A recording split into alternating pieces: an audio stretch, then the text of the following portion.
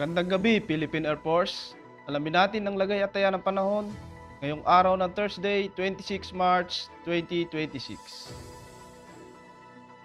Para sa ating synoptic situation, easterlies pa rin ang nakakapekto sa ating buong bansa.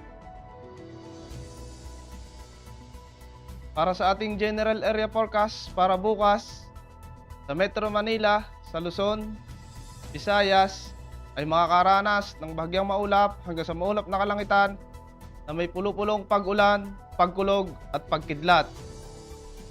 At sa Mindanao naman ay makakaranas ng maulap na kalangitan na may kalat-kalat na pag-ulan, pagkulog at pagkidlat.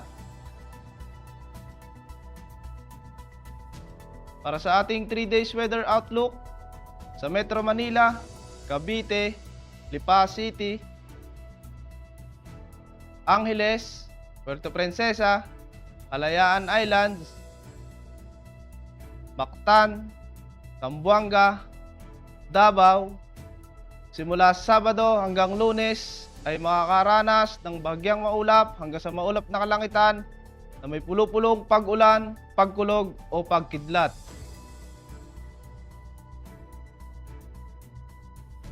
Para sa ating astronomical information, lulubog ang araw mamayang 18:08. At sisikat naman bukas ng 05:56.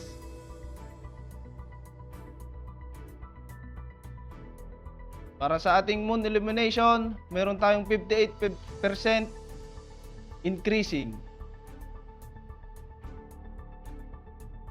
Para manatiling updated sa lagay at taya ng panahon, i-follow lamang ang Air Force Weather Center sa aming social media account.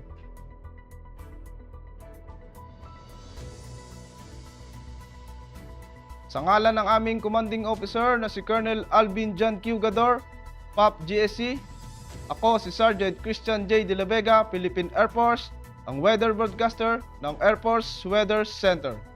Muli, magandang gabi, Philippine Air Force.